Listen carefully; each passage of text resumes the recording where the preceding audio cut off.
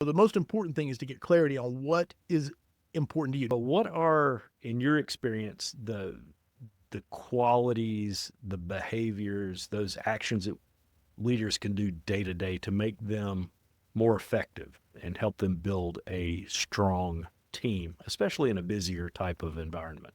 Absolutely. Again, phenomenal questions.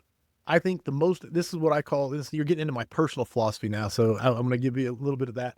But I think clarity, it's called clarity is concept one.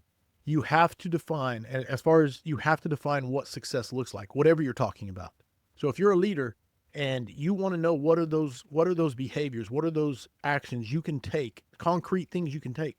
The most important one you can take is to clearly define what success, what excellence looks like for you for what you're responsible for.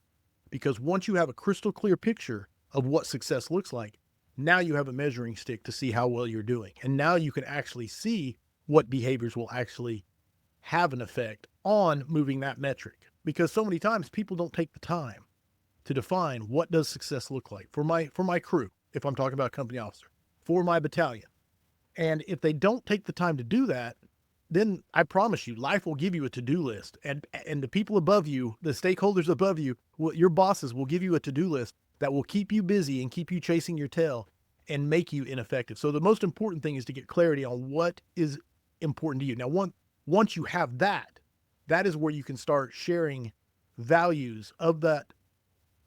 I hate to use the word vision because it's such a buzzword, but values with the people you're responsible for so that they can start buying in to what that success looks like. And now they know what they need to accomplish so that they can be successful according to, again, vision.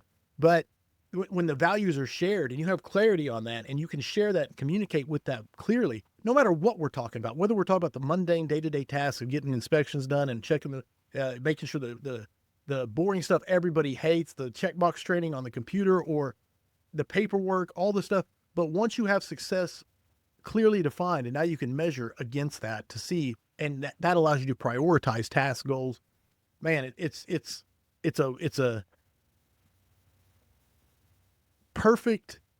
I'm trying to think of the right word to use here, and I'm coming up short. But it's just like the panacea for if a leader in a leadership position can get that clarity, then they can actually start making progress. And that's why it's so important to me that I say that and get that out there.